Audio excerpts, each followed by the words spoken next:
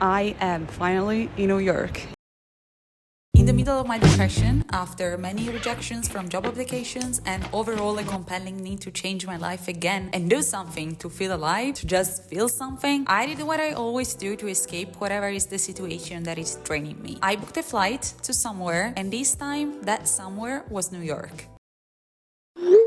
I just woke up to my Airbnb host canceling my reservation for New York. Love a good start of the day. I was never feeling that sad to get a refund like today. I remember I was booking that freaking room and I was like, oh my god, I can't believe I have a nice room, an okay price. I finally got it early enough so I don't have to stress anymore. These didn't really need to happen, honestly. I'm having flashback because even when I was moving to Seoul, mind you, there was still the 2 weeks mandatory quarantine, and even then my Airbnb host canceled my reservation. I remember I was choosing the right Airbnb so meticulously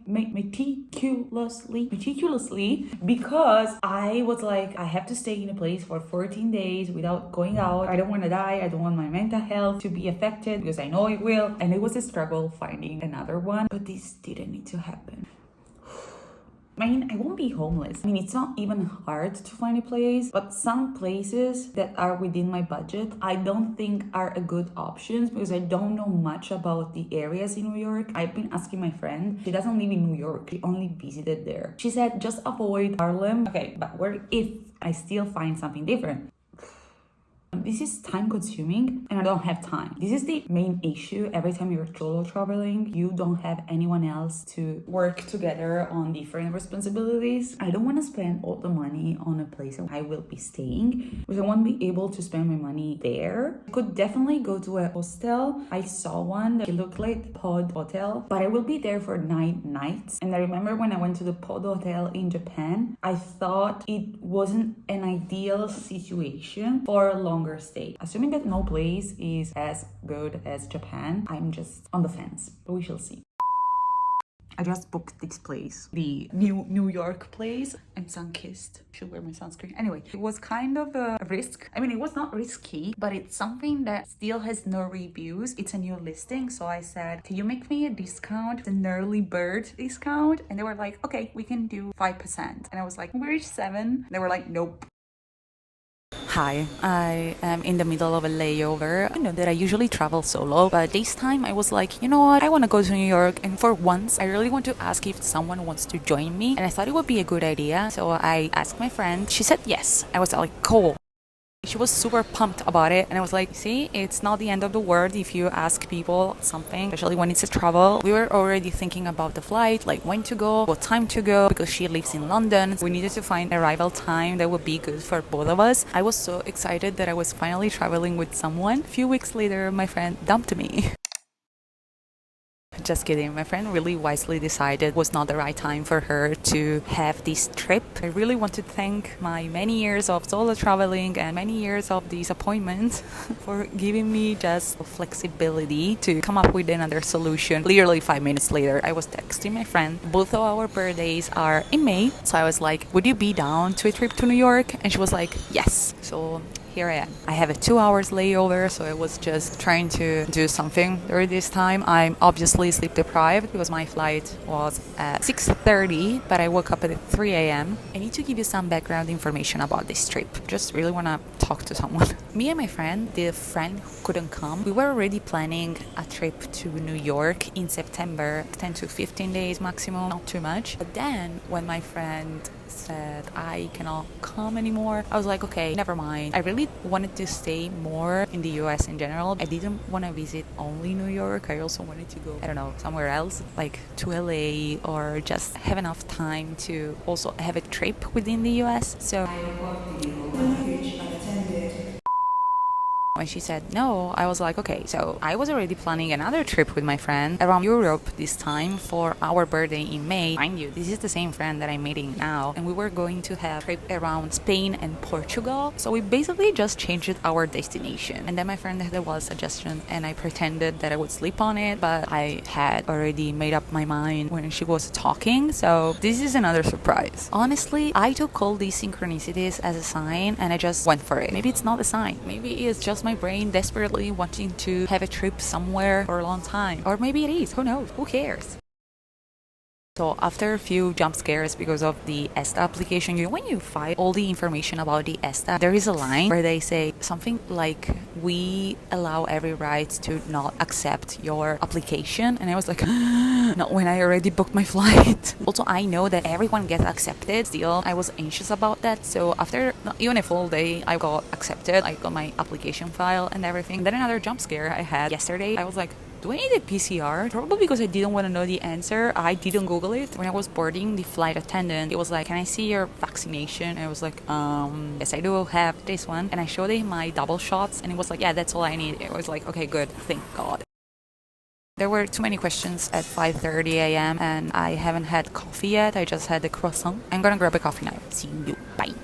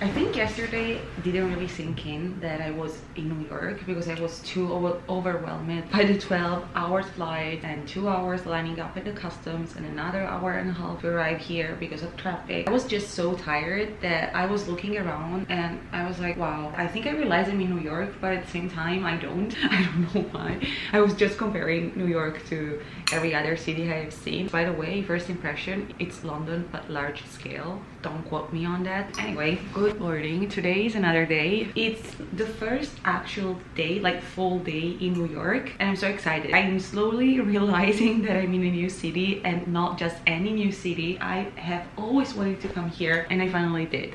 I'm trying to absorb everything I can, and I generally feel so excited. It's a weird feeling. If I had to explain how I feel about being in New York, it's very weird. We have so much exposure to America through media, so it feels like we all know, I mean the rest of the world, we all know what it looks like, but then you come here and you try to see, like, to find things that you maybe have seen in the news or in the movies, or you're just looking for an experience. Also, speaking of experiences, when they ask you at the customs, it's so weird. I should make a guide on everything you literally never have to say to the officer when you come to the US for the first time. Sleep deprivation is wild. My point was, I feel like I've been exposed to this kind of environment my whole life, but at the same time I have no clue what I'm going through because it's objectively a new experience. I'm kind of excited. I haven't been in a place I have never been in for a while, which is good. It reminds me how excited I was the first time I went to Japan, and then the first time I went to Korea, and then in general, first times are very exciting. And I haven't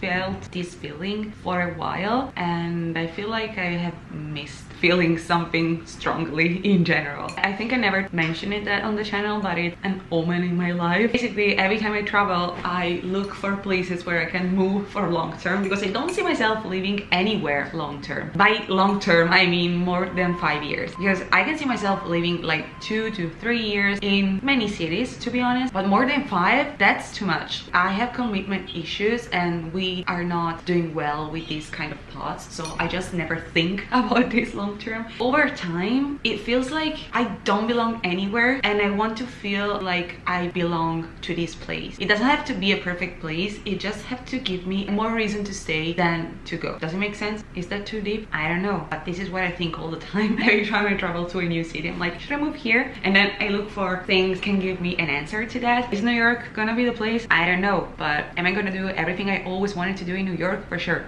Me and my friends are finally starting a normal day. Like, not normal because we're literally sprinting around the city. It's a full day and we can enjoy our time here. See you later. Bye.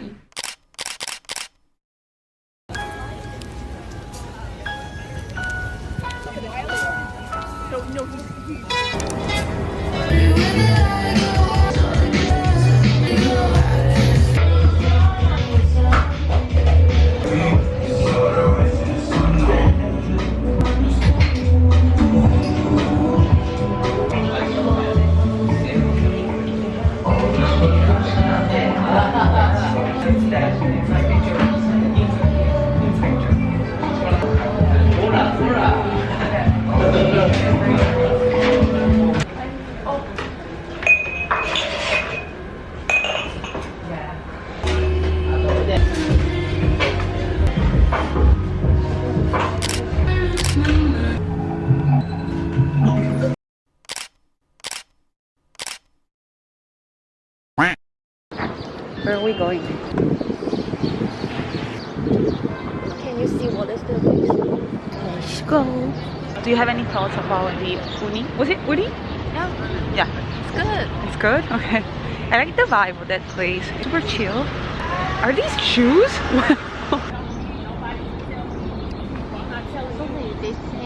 Drug dealer? Yeah, drug dealers in the area. Really? I don't know. I have to look it up.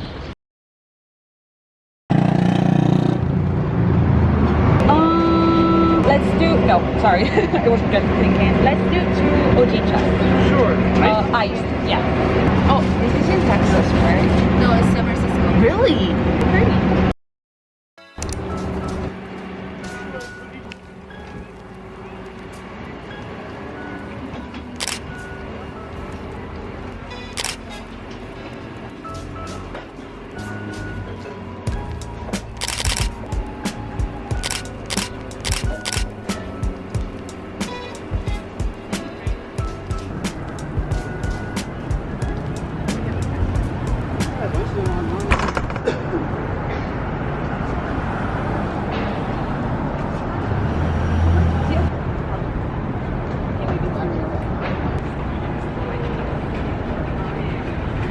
If you recognize this iconic place, then if you know, you know. I'm probably overexposed. Kind of. Never mind. Color correction will help. This is what I think all the time when I'm filming. Then I'm never color correcting anything. Because by that point, I just want to be done with the video and I don't care anymore. Anyway, I was just talking to my friend and I was saying that it's probably not the right time to talk since there is music around. Oh, the Brooklyn Bridge! Oh.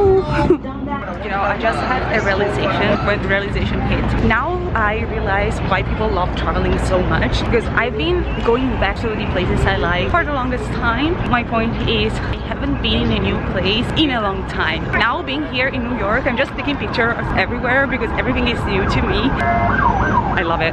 This is the kind of excitement that I used to feel when I was visiting a new place, and I love feeling it again. I can feel things. I just need something that triggers these feelings. I can't believe we managed to get a picture on this bridge without having to Photoshop anyone. Destiny already Photoshopped everyone for us. Lady Liberty. Dun dun da da dum. Dun dun da da dum. Dun dun dun dun. Close enough? Did I hit the note?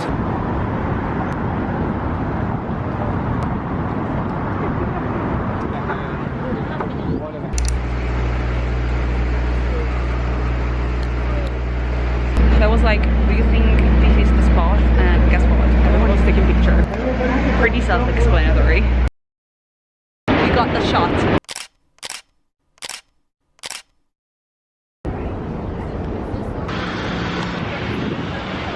This is my favorite spot. If you watch my packing video, you know that everything I brought was thinking that it would be so hot, like summer hot, and I was right, and I am so happy because today it's supposed to be 20 degrees, but it feels like 26, and tomorrow it's gonna be even worse. I mean better for me, because that's all the clothes I have. I'm very proud of this choice, even though I was literally just trusting the weather forecast, but still, it's a victory. Don't worry, I'm pretty sure this is what everyone we actually came here for the restroom.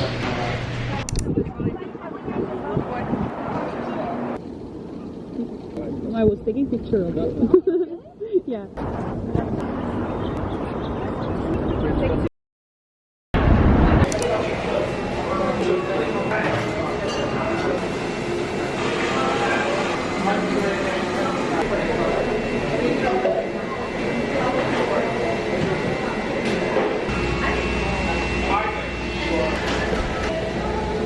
We literally just called a Lyft to go to a Japanese dictionary store. Well, actually, just to get closer to Williamsburg, but still our destination is the Japanese dictionary store. Hello.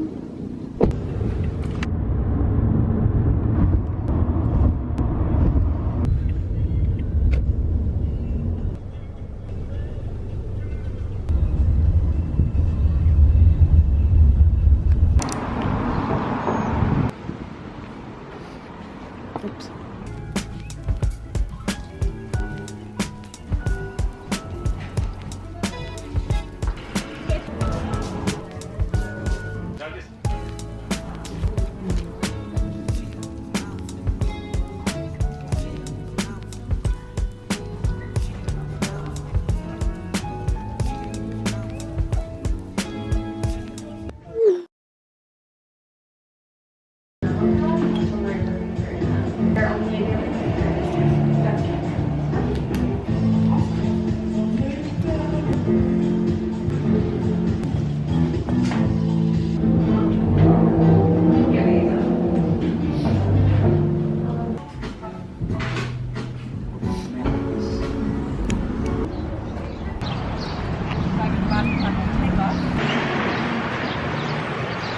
Where are we going?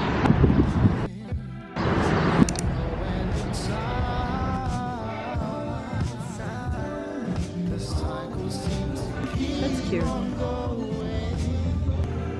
Victory wasn't on my side, but then I realized you're carrying me through the night, and you're not afraid of mess. This one, right?